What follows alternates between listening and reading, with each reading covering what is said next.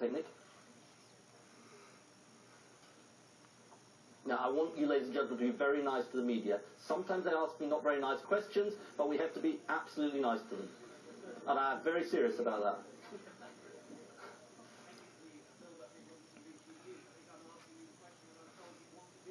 is tax avoidance. That's what you're aiming to talk about, so I'm going to ask you about that.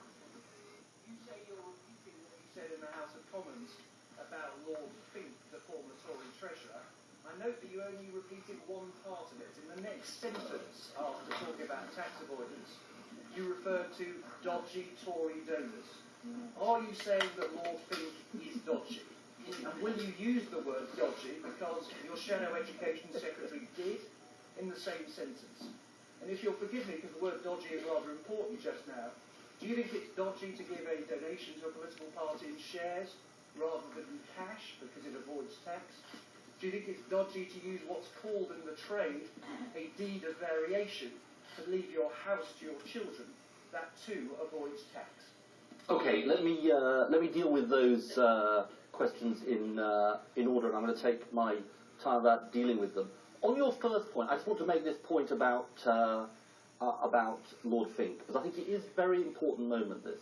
Lord Fink yesterday was threatening to sue me, right? Because I'd said he was engaging in tax avoidance, and there was much outrage from the Conservative Party. I think this is a defining moment in David Cameron's leadership of the Conservative Party, because it is now revealed that he appointed a treasurer to be the treasurer of the Conservative Party who says everyone engages in tax avoidance. Now, I don't think that is the view of most people. I don't think that's the view of the country. And I think it does say something about the Conservative Party and where it has reached. And I think the question for today is David Cameron has to answer, does he agree with Lord Fink about this? Does he sanction his attitude, or does he not? Let me deal with the two other points that you make. The first question is about John Mills. He was very clear on Newsnight last night that his donation to the Labour Party in shares was not about avoiding tax. Secondly, the deed of variation issue. This is something you probably know is a question directed at me personally. This is something that my mother did 20 years ago. That was a decision she made. Let me just say this. I paid tax as a result of that transaction. I've avoided no tax in that. No doubt the Conservative Party wants to smear mud today, but frankly, it's not going to work. This story's been written before, and I've paid tax on that money. Oh, yeah. And look, on dodgy, I was very clear about what I said about Lord Fink. The thing he objected to, just be clear about this, until his extraordinary U-turn 24 hours later, the thing he objected to was me saying that he was engaging in tax-avoiding activities. I used a general comment about dodgy donors in the Conservative Party, and I totally stand by that comment. I'm not saying it about Lord Fink, but let me just tell you about donors to the Conservative Party. There are several questionable donors to the Tory Party. One donor had to leave the House of Lords after breaking his promise to bring his tax affairs on shore, and the firm owned by another donor was fined for involvement in the libel rigging scandal. I think, personally, that's pretty dodgy.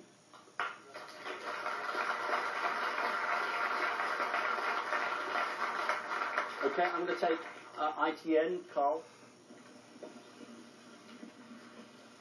Thanks. Carl Dillon, ITV News. Do you think tax avoidance is dodgy? Do you think people shouldn't avoid tax in any way? Because after all, that can apply to all sorts of things that people legally do.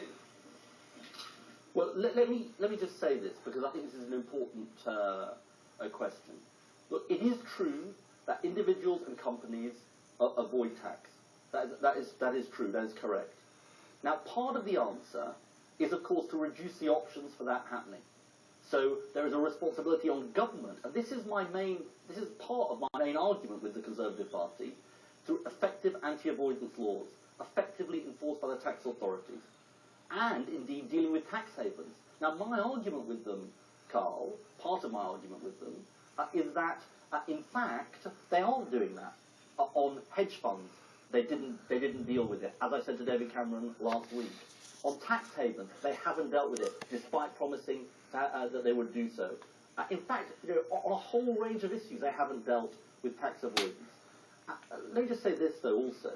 I do think that there is an attitude issue, including in political parties, about what is acceptable and what you say is acceptable. I've got to say, I wouldn't take money from somebody who says, everyone's involved in tax avoidance, it's only vanilla, it's all fine, I don't know what Ed Miliband's objecting to. That is what Lord Fink actually said, and I think there's a huge difference between ourselves and the Tories. I'm going to take Sophie Ridge. Sophie Ridge, Sky News.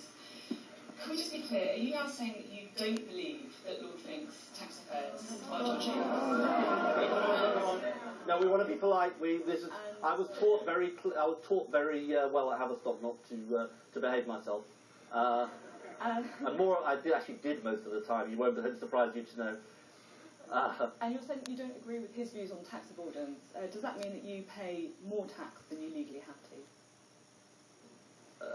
Come on, please, honestly, we've got to be, this is the media's job is to ask questions of politicians, they ask questions of me, they ask questions of David Cameron, it's right that they do it, it's part of what we value about our country, I really want to say that to you, and so, there's a big story about tax avoidance, we really care about education as well, but they must be able to ask the questions and be heard respectfully. Now, on the second part of your question, the answer is I pay all the taxes that I owe, right? And that's my responsibility.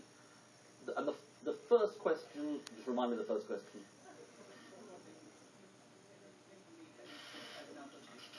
I've said consistently today what I said yesterday. The difference between today and yesterday is Lord Fink is saying what I said about Lord Fink.